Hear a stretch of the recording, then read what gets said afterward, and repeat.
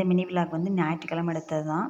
Chicken வாங்கிட்டு வந்து எல்லாமே க்ளீன் பண்ணி மசாலாலாம் பெரட்டி நல்லா ஒரு 2 மணி நேரமாவது ஊற வச்சுட்டு பொரிச்சோம்னா டேஸ்ட்டு நல்லா அப்படியே கிடைக்கும். நல்லா சாஃப்ட்டாகவும் இருக்கும். அவங்க எப்போயுமே இந்த மாதிரி தான் பொரிச்சு கொடுப்பாங்க. நான் இந்த பொரிக்கிற வேலையெல்லாம் நான் செய்ய மாட்டேன். 65 பண்ணுறதெல்லாம் அவங்க வேலை தான். ரெடி பண்ணி வச்சு முடித்தோடனே கம்பெனிலேருந்து ஃபோன் வந்துருச்சு. கம்பெனியில் வேலை இருக்குது வாங்கன்னு கூப்பிட்டாங்கன்னு கிளம்பி போயிட்டாங்க. அப்புறம் இடையில ஃபோன் பண்ணி என்ன பண்ணாங்க, வர்றதுக்கு 4 மணிக்கு மேலாக நீங்கள் பொரித்து சாப்பிட்ருங்கன்ட்டாங்க. அப்புறம் நானே பொரித்து தம்பி நானும் சாப்பிட்டுக்கலான்னு ரெடி பண்ண ஆரம்பிச்சிட்டேன். சிக்கன்னா அந்த வீன் பீஸ் தான் வாங்குவாங்க. எப்போவுமே 65 போடுறதுக்கு நல்லா டேஸ்ட்டு நல்லாயிருக்கும் சாப்பிட்றதுக்கு இந்த மாதிரி. அதனால் இந்த பீஸ் தான் வாங்குவாங்க சிக்கன் வாங்குறப்ப.